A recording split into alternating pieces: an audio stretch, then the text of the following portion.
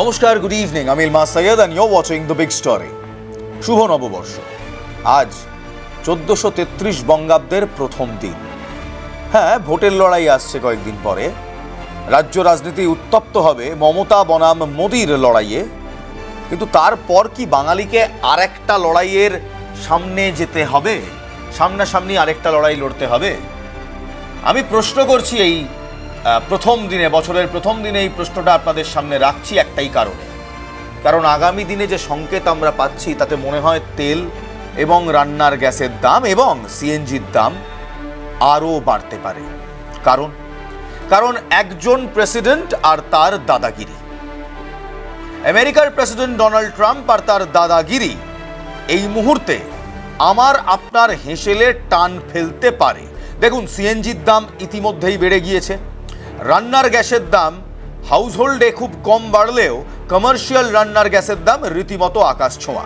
অনেক জায়গায় তো কালোবাজারি চলছে। 2500-2000-এর গ্যাসটা বিকোচ্ছে প্রায় 4500-5000 টাকায়। কিন্তু আগামী দিনে এই ভোটযুদ্ধ শেষ হওয়ার পর যখন আপনার মাথা থেকে ভবানীপুর না নন্দীগ্রাম, মমতা না মোদি, হিন্দু না মুসলিম, এই প্রশ্নটা উবে যাবে, এই প্রশ্নের উত্তরগুলো পেয়ে যাবে, তখন আপনার রান্নাঘরে যে যুদ্ধটা শুরু হবে কিংবা অলরেডি হয়ে গেছে, আপনি আঁচ পাচ্ছেন না, তার দিকে আপনার নজর পড়বে। এই মুহূর্তে রাজনীতির আঁচে সেই আঁচটা কিছুটা হলেও সিমে লাগছে কিংবা ধিমা লাগছে। তখন কিন্তু সেই আঁচটা রীতিমতো আপনার হাত পোড়াবে। কারণ লেডিজ এন্ড জেন্টলম্যান, এই মুহূর্তে বিশ্ববাজারে ট্রাম্পের ইরান ব্লকেড কিংবা হরমুজ ব্লকেডের পর থেকে ক্রুড অয়েল ব্যারেল পিছু দাম বাড়াতে শুরু করেছে। অর্থাৎ অপরিশোধিত তেলের দাম ব্যারেল পিছু বাড়ছে। অপরিশোধিত তেলের দাম যদি ব্যারেল পিছু বাড়ে, তাহলে বিশ্বাস করুন তার প্রভাব সরাসরি আমার আপনার জীবনে পড়বে। এর সঙ্গে আবার দোসরও রয়েছে। দোসর কি? হরমুজে ট্রাম্প ব্লকেড করে বলেছে এবার তারা টোলও নেবে। ইরান থেকে কাউকে তেল কিনতেও দেবে না, আর ইরানের দিকে কোনো জাহাজকে যেতেও দেবে না। অর্থাৎ শুধু ইরানের জাহাজের ওপর এই নজরবন্দি কিংবা নাকাবন্দি বসেনি, নাকাবন্দি বসছে অন্যান্য সেই সমস্ত দেশের ওপর যারা ইরান থেকে তেল কেনে। কোনো জাহাজ যদি ইরানের দিকে এগোনোর চেষ্টা করে, তাহলে ডোনাল্ড ট্রাম্প সরাসরি জানিয়ে দিয়েছেন সেই জাহাজগুলোকে তারা অ্যাটাকের আওতায় আনবেন, সে যে দেশের জাহাজই হোক না কেন।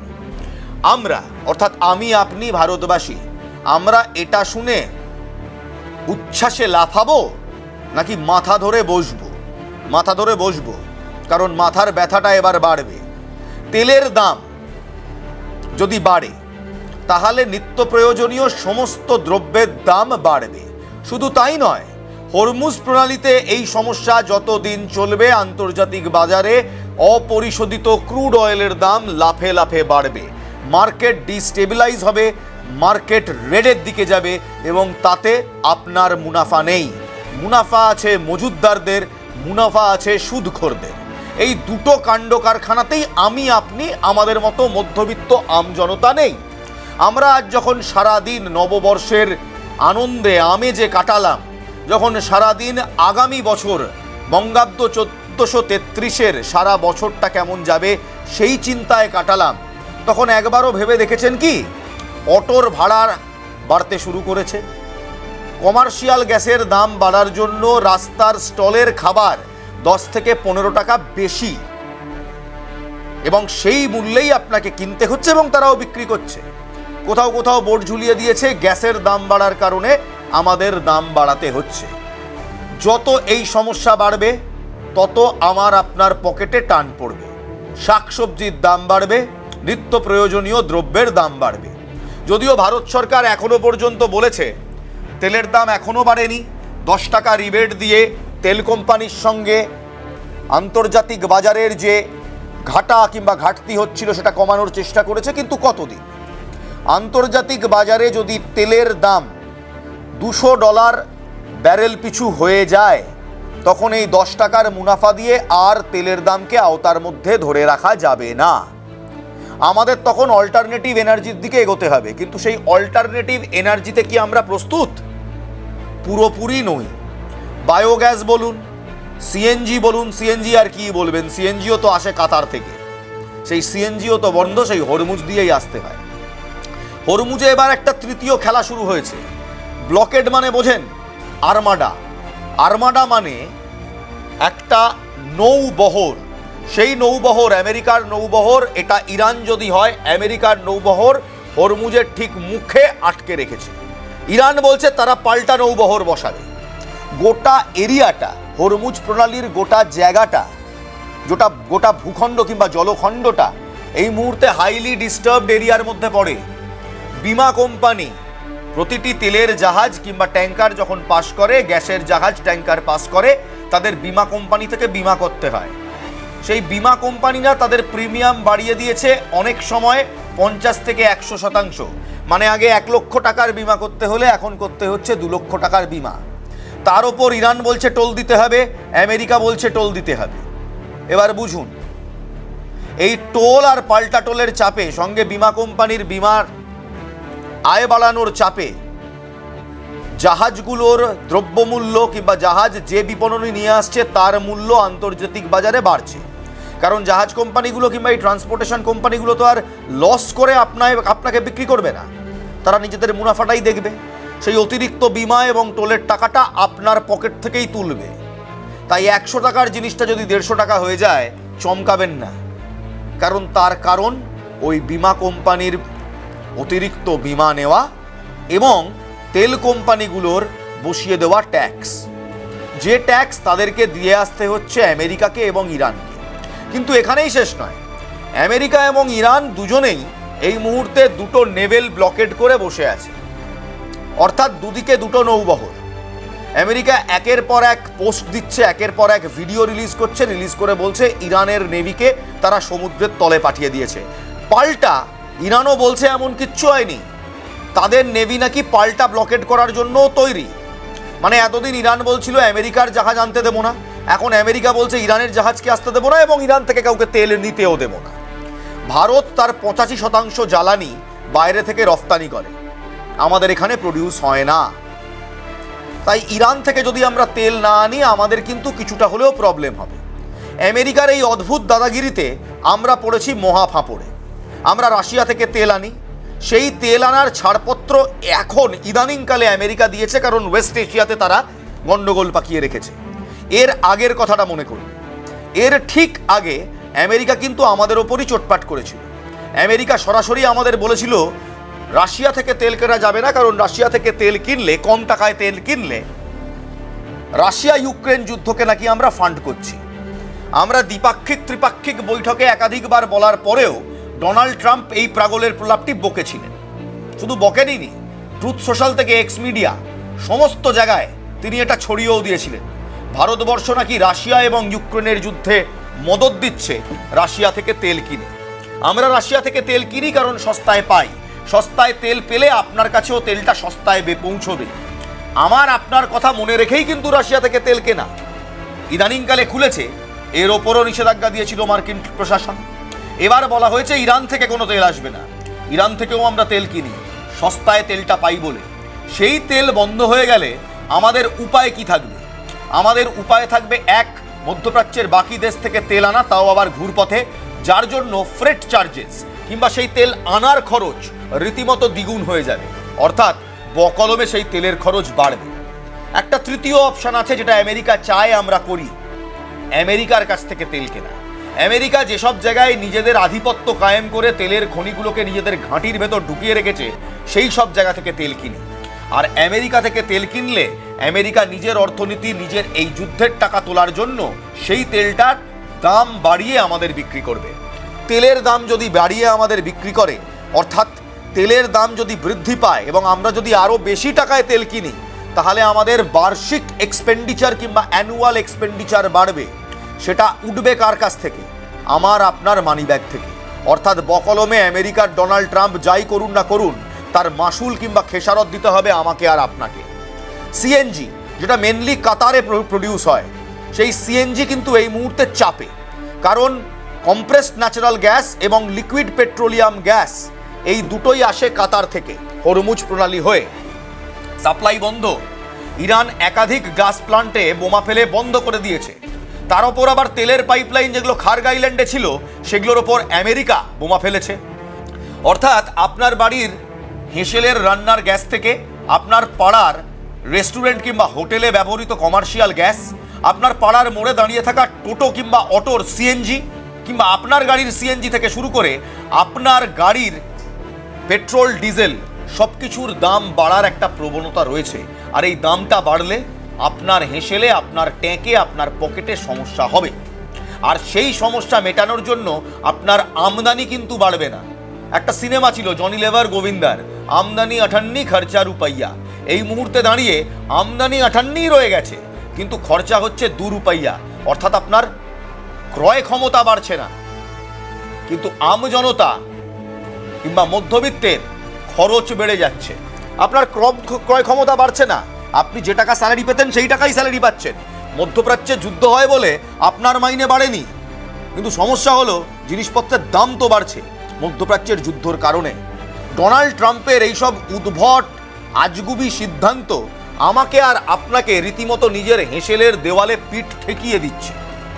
আপনার মানিব্যাগে যে বড় ফুটোটি হচ্ছে, যে আগুনটি জ্বলছে, সেটার আঁচ কিন্তু ডোনাল্ড ট্রাম্প অবধি পৌঁছচ্ছে না।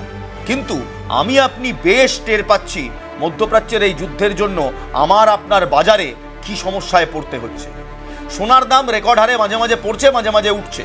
যারা ইনভেস্ট করে রেখেছেন স্টক মার্কেটসে, গোল্ডসে, সিলভারে, তারা রোজ বুঝতে পারে, রোজ অনিশ্চয়তায় থাকে যে হঠাৎ করে তাদের মিউচুয়াল ফান্ড কিংবা গোল্ড ক্যাপিটালগুলো এতটা, কিংবা তাদের ইটিএফগুলো এতটা কিভাবে মার খাচ্ছে।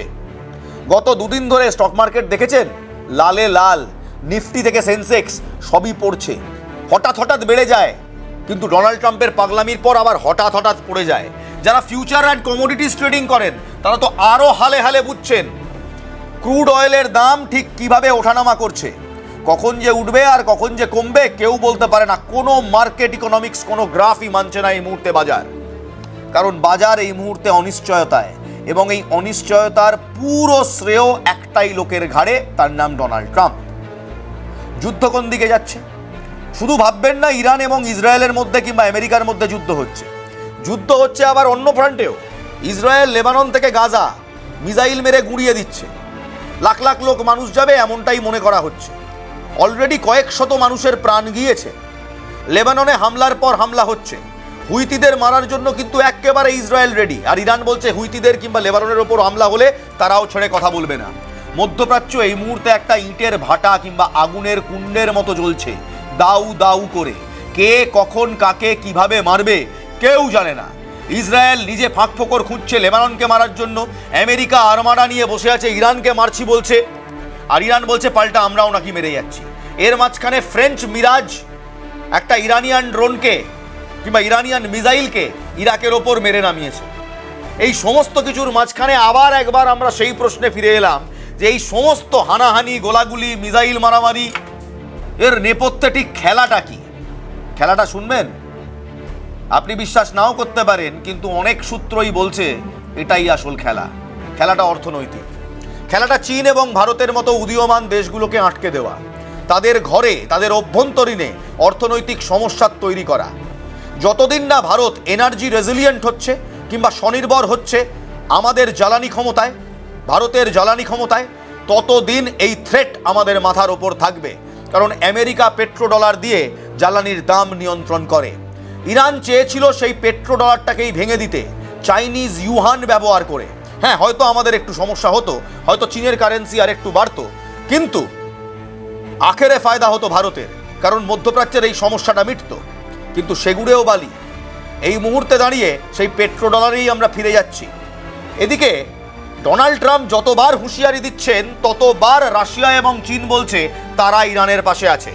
বুঝুন পশ্চিম এশিয়ার যুদ্ধটা কিভাবে মধ্য এশিয়াতেও আস্তে আস্তে তার প্রভাব বিস্তার করছে। অর্থাৎ যে কোনো সময় যদি আমেরিকা কিংবা ডোনাল্ড ট্রাম্প পাগলের প্রলাপ বকতে বকতে একটা বড়সড় অ্যাটাক করে ফেলে, তাহলে রাশিয়া এবং চীন সরাসরি এই যুদ্ধে যুক্ত হবে। এবং ওদিক থেকে কিম জং উন তিনিও বসে রয়েছেন হাত বাড়িয়ে এই যুদ্ধে তার নিউক্লিয়ার খেলনা নিয়ে লড়ে পড়ার জন্য। সেই সময় কি হবেন বুঝতে পারছেন?